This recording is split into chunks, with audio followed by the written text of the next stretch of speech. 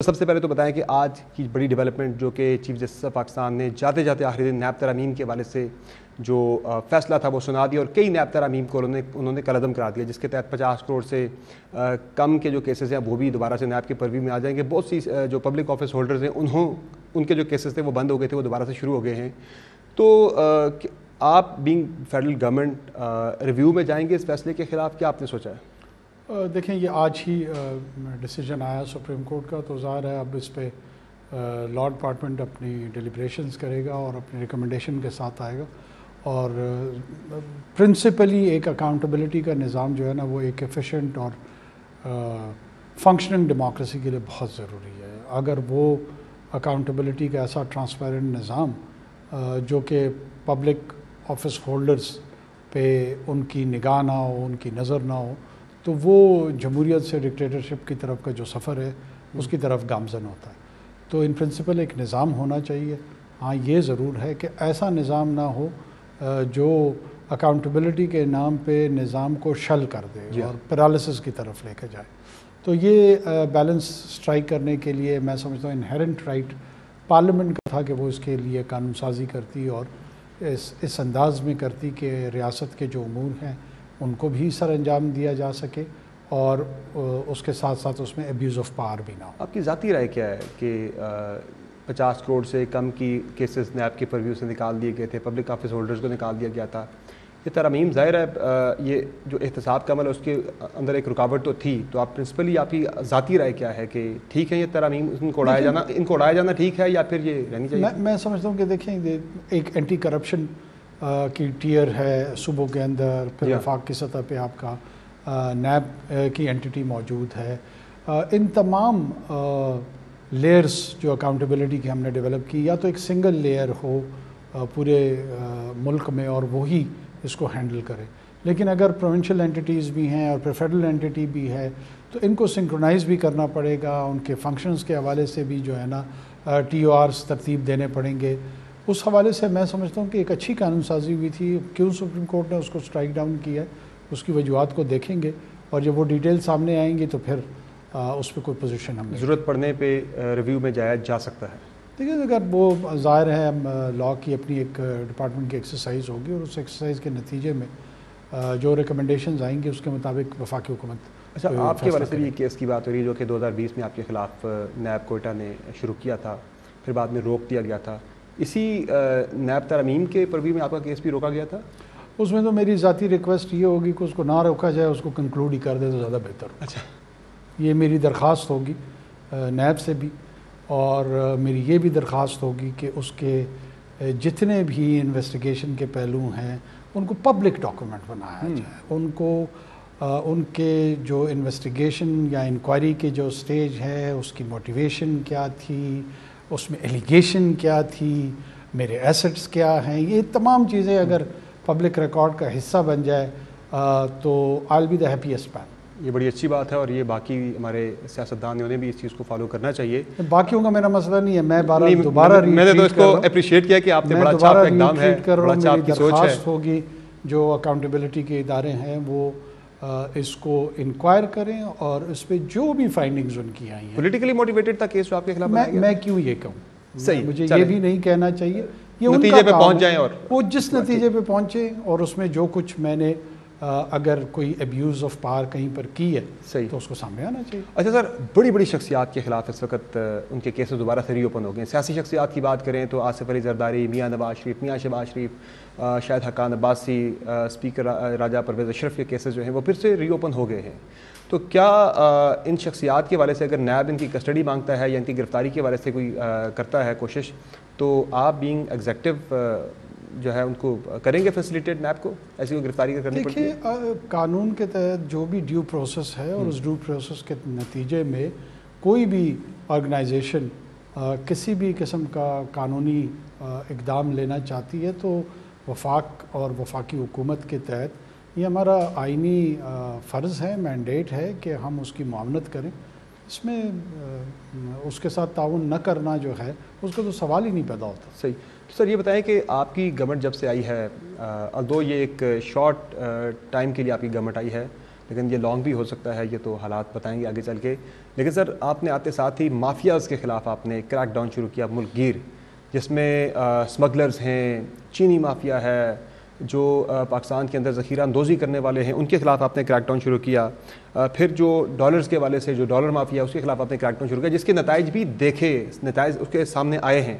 تو اب کے جو کرپٹ مافیا ہے اس کے خلاف بھی ایک کڑا احتساب کا عمل شروع ہونے والا ہے. دیکھیں یہ تمام چیزیں میں سمجھتا ہوں کہ گورننس کے حوالے سے ہمارے بڑے سیریس چیلنجز تھے، اور یہ امپلیمنٹیشن کے زمرے میں آتے تھے کہ پور امپلیمنٹیشن کے نتیجے میں یہ مس مینجمنٹ جس کے اثرات آپ کی اکانومی میں پہ آتے تھے، آپ کے سوشل سٹرکچر پہ آتے تھے، آپ کے سیاسی نظم پہ آتے تھے. ہم نے صرف اتنا کیا کہ جو ہی نگران حکومت آئی ہم نے اپنے پرائیورٹیز سیٹس کیے اور اس پہ ایک whole of the government approach اپنائی، اور اس میں صوبوں کو اپنے ساتھ ملایا، اور صوبوں نے بھی اگری کرتے ہوئے اس جو وفاقی حکومت کی لیڈ تھی اس کو تسلیم کرتے ہوئے اپنا اپنا کردار ادا کیا، اور ہمیں نسبتاً بہت اچھے نتائج نظر آ رہے ہیں. تو سر کرپٹ مافیا کے خلاف بھی آپریشن ہوگا؟ نہیں، کرپٹ مافیا سے آپ کی کیا مراد؟ یہ تمام کی تمام مافیاز جو ذخیرہ اندوز ہیں، جو سسٹم کے اندر سے کہتے ہیں جو پلفریج ہوتی ہے، تقریباً کوئی 100 بلین روپیز کی بات بھی ہوتی ہے، مختلف فگر جو ہیں وہ کوٹ کیے جاتے ہیں مختلف گورنمنٹس میں کہ کرپشن سے اتنا پیسہ پاکستان کی نکل جاتا ہے، پبلک جو ہماری منی ہے. تو اس پہ جو ہے لیکیجز وغیرہ ہیں وہ بیوروکریسی کے اندر ہیں، یا پھر سابقہ جو گورنمنٹس نے جنہوں نے کیا یہ احتساب جو ہے، کیا وہ اکثر ایک پاکستان کے اندر مشہور ایک نعرہ لگتا ہوتا ہے کہ انتخاب سے پہلے احتساب، تو ایسی کوئی چیز ہونے جا رہی ہے؟ دیکھیے میں یہ سمجھتا ہوں کہ یہ ایک مینڈیٹ ہے کانسٹیٹیوشنل باڈیز کا، اکاؤنٹیبلٹی کا، جس میں نیب ہے، باقی ادارے اگر موجود ہیں، یہ پرائمریلی ان کا کام ہے.